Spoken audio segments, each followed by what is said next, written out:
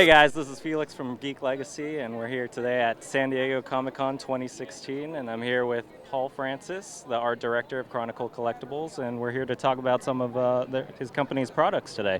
So Paul, how are you doing today? We're doing just fine. It's the last day of the Comic-Con, and we're actually looking forward to packing up and going home. So it's been a long week. Fantastic. Can you tell us a little bit about how Chronicle Collectibles started? Yeah, we started about 2.5 years ago.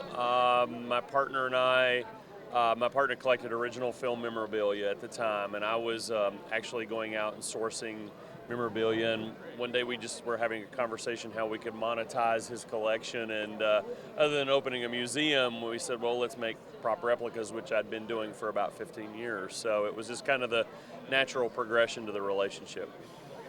Fantastic. So we know Jurassic is one of the big franchises for you now, but you also have other products based on other licenses.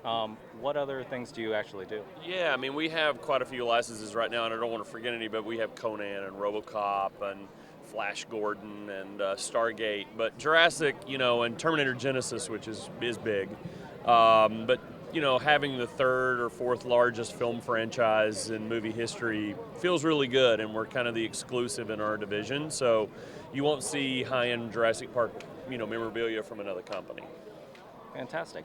Okay, so with the upcoming 20th anniversary of Starship Troopers, do you have any plans to release something to celebrate that? We might. It's we're really concentrating on the 25th anniversary of Jurassic Park. All of our anniversaries are important to us as always. So, but yes, for Starship Troopers, we do have a 6-scale figure that's in the work of Johnny Rico. We've been working on that for a couple of years now, and we may finally release that in our 6-scale line. Fantastic. Okay, so with Hollywood doing a lot of reboots lately, the upcoming Stargate reboot, and then obviously recently the reboot for Ghostbusters, how does that kind of affect your license deal with whichever studio is involved? Well, it works kind of good for us because with Jurassic, they're working on an Outpost now. They start filming in February.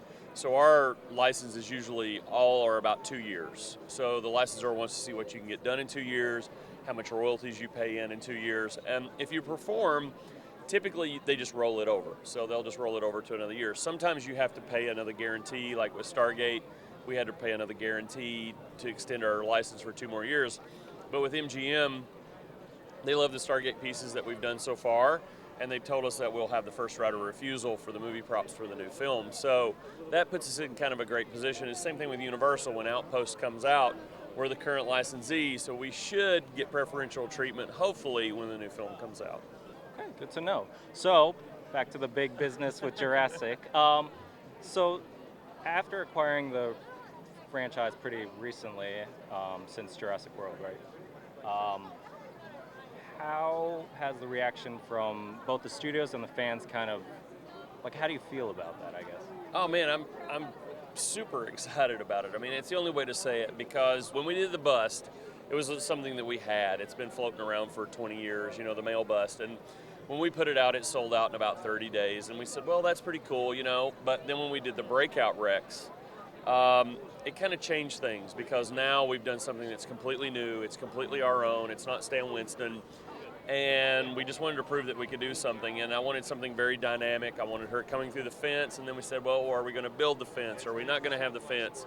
And I said, yeah, we're just going to throw everything at this thing but the kitchen sink. And the great thing about that, the reason we did, was we've gotten notes from Steven Spielberg's office, from Amblin, from Universal Studios, and everybody absolutely loves this thing, to the point to where we've had one of the visual effects supervisors from Lost World here today, and mostly all week because he loves hanging out here, Glenn McIntosh, and he designed the IREX for Jurassic World. And he actually took our breakout Rex and sent it to Dennis Muren and all the directors and everything. So it's kind of like that gratified feeling you get when you've done something pretty cool, and we know it's doing well because it's probably our most popular selling piece that we made to date. Okay. So now that, it's kind of been established that you've got a lot of, I guess, credibility in a way now that you're showing off this work, has that changed how you go about maybe creating some of the products out there? Oh man, I don't think it changes anything. It's like I tell everybody, it's like, why own a company if you can't make the stuff that you want to make? So I don't don't put Chronicle in a box. You know, we are always trying to think of new and bigger things to do, and I think ultimately, you know, I just want to keep pushing the limits and pushing the boundaries. And now that we've met people like Glenn McIntosh, who was the visual effects supervisor for ILM, he's actually going to design our IREX. So he's the guy that drew it, designed it, modeled it, put it on film, and actually acted with the actors in the thing. So for him to do our IREX statue for the fans they should be overjoyed about that, because our whole thing is artifact art. We deal with the original artist, we get the artifact or the digital file, and we make art. We're not making statues. So in that instance, you know, dealing with Glenn and with ILM, I think it just elevates our product so much. Okay.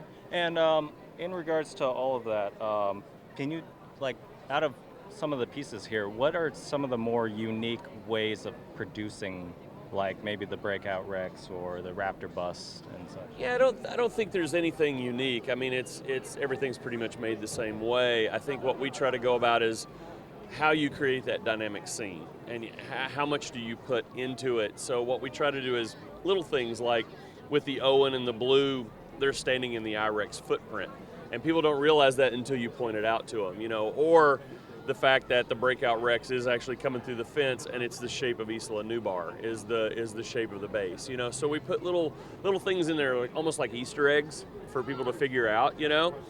And I think that's kind of what makes us unique, you know, is there's nothing unique about making a resin statue in China, you know. I mean, we all do it. This is what this convention is about. So it's just how you set yourself apart more than anything. And with the Breakout Rex being kind of a really popular piece right now, what exactly is the edition size that you were planning? Yeah, we promised people, you know, after 30 days we would get the edition size. We didn't realize that this piece was going to be as popular as it was, and we're thinking that it's going to probably be capped around 1,000 pieces. Fantastic.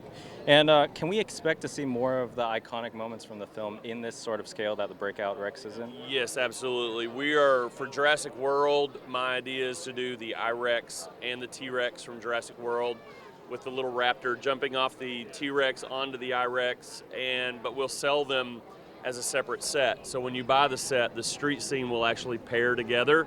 So one's coming this way, one's coming this way, and they're getting ready to do the Battle Royale. So, you know, there's definitely, you know, if you're a Jurassic Park fan, this is a great time to be a collector. I'm the biggest fan of Jurassic Park. I mean, when they're driving up the hillside in the Jeep and you see the Brontosaurus for the first time, I mean, I still get cold chills like I did when I was a kid. You know, I mean, it's a magical film, and for Universal to put their trust and faith, and Steven Spielberg's office to put their trust and faith in us, and, you know, I think it says a lot, and I just want to do a great job for the fans. And in regards to the Jurassic Park franchise, how do you go about balancing how many products are based on which film? Right, yeah, it's kind of tough. You know, what we do is we look at each film and we decide what are the iconic scenes from that film. And then we pull those iconic scenes out, we write them on an erase board, and then we go, okay, what's the feasibility of actually making this? Because do we do a T-Rex from this scene, or do we do a T-Rex from this scene? And how many T-Rexes do people actually want? So I think what we have to do is just kind of balance everything out and look at it from that standpoint. The great thing about Stan Winston's legacy is that, you know, we want to pay honor to him as well. So we're doing the 1-to-1 scale compies, we're doing the maquettes like the Stegosaurus. So those are things that are the low-hanging fruit where they already exist. We can put it out there, and the fans have never really had access to those before. Fantastic. And then you guys are actually expanding from kind of the statue and 1/6 into props. So how, like the whole accuracy aspect of that, how are you going to go about doing that? You know, license pending for the companies involved, but.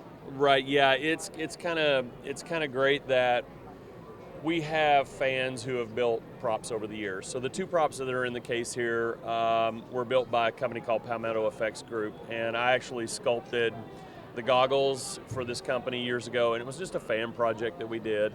And he's made the Barbazol cans for years. So in getting into the 1-to-1 scale props, I would never make something that a fan has made. I wouldn't reproduce that. So what we're doing is we're going to the archives, and they have the original set of goggles. We're going to have captured image laser scan those, and then we're going to print them and put them back out. So they'll be as accurate as possible. But Stephen Radler was kind enough to loan me his original pair of night vision goggles, which are signed by Phil Tippett. They've actually been worn by Phil, and And then the cryo can, there again, Rilo was nice enough to send us one of his cryo cans.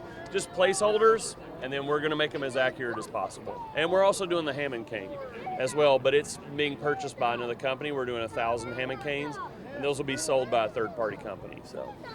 Fantastic. And with the recent announcement of pre-production beginning on the next Jurassic movie, how updated are you in terms of communication with Universal regarding that? Man, we've already been in talks with Amblin's office about the 25th anniversary next year. What are you going to do for 25th anniversary? I can tell you for a fact we're doing a kitchen scene with the Raptors for 25th anniversary. So, you know, if you're a Jurassic Park fan, like I said, there's no better time to be a Jurassic Park fan. And we also listen to the fans. You know, a lot of the fans write us and they say, hey, I want to see this or I want to see that. So we take all that feedback, and it's very important for us. You know, even like the 1-to-1 scale Raptors, that's something that's been requested since day one. So for Comic-Con this year, I definitely wanted to have the Raptor squad here. So what's ultimately like a dream item that you would love to produce but isn't currently, you know, quite feasible?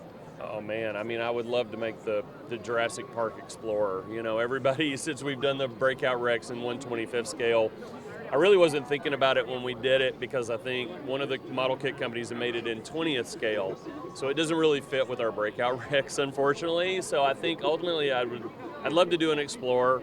You know, with the 6 scale line, I really want to do, you know, Malcolm and Nedry and all the figures in 6 scale, so that's kind of a natural given. But our new 9th scale line, which we're working on, we can actually get human figures with the dinosaurs finally. So one of my dream projects is the front of the Jeep, Nedry walking down the hill with the cable, and there's a little, you know, the little spitter, and he goes, I'm going to run over you when I come back down this hill. And to me, that's one of those figures that I've always wanted to do. And that scene we can finally do in 9th scale because it's a little smaller, it's a little more affordable for the collector. Fantastic. Well, we're looking forward to reviewing some of these products in the future. How can we stay updated with all things Chronicle?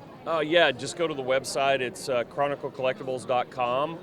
Send us an email. You can send me an email at pfrancis@chroniclecollectibles.com, and I know I'm going to get a lot of emails, and that's fine. I'll forward those to Heather Ross, who's our customer service. She'll put you on the mailing list. Once you're on the mailing list, you get updates for all of our Jurassic products, and a lot of them sell out pretty fast. So like the T-Rex bust, people are here and they're going, we didn't even know it existed. And I'm like, yeah, you got to get on the mailing list. You know, some of our stuff, we only make 300 of something. Some of our stuff we make 1,000. So it just depends on what the market will bear. So yeah, you got to stay in touch with us to know when this stuff's coming. And with 25th anniversary, Universal's going to do a huge push on our products. So it's going to get us out there a little bit further too. All right, fantastic. Thank you for taking your time to Absolutely. talk to us today, and keep it here on Geek Legacy for the latest on San Diego Comic-Con 2016.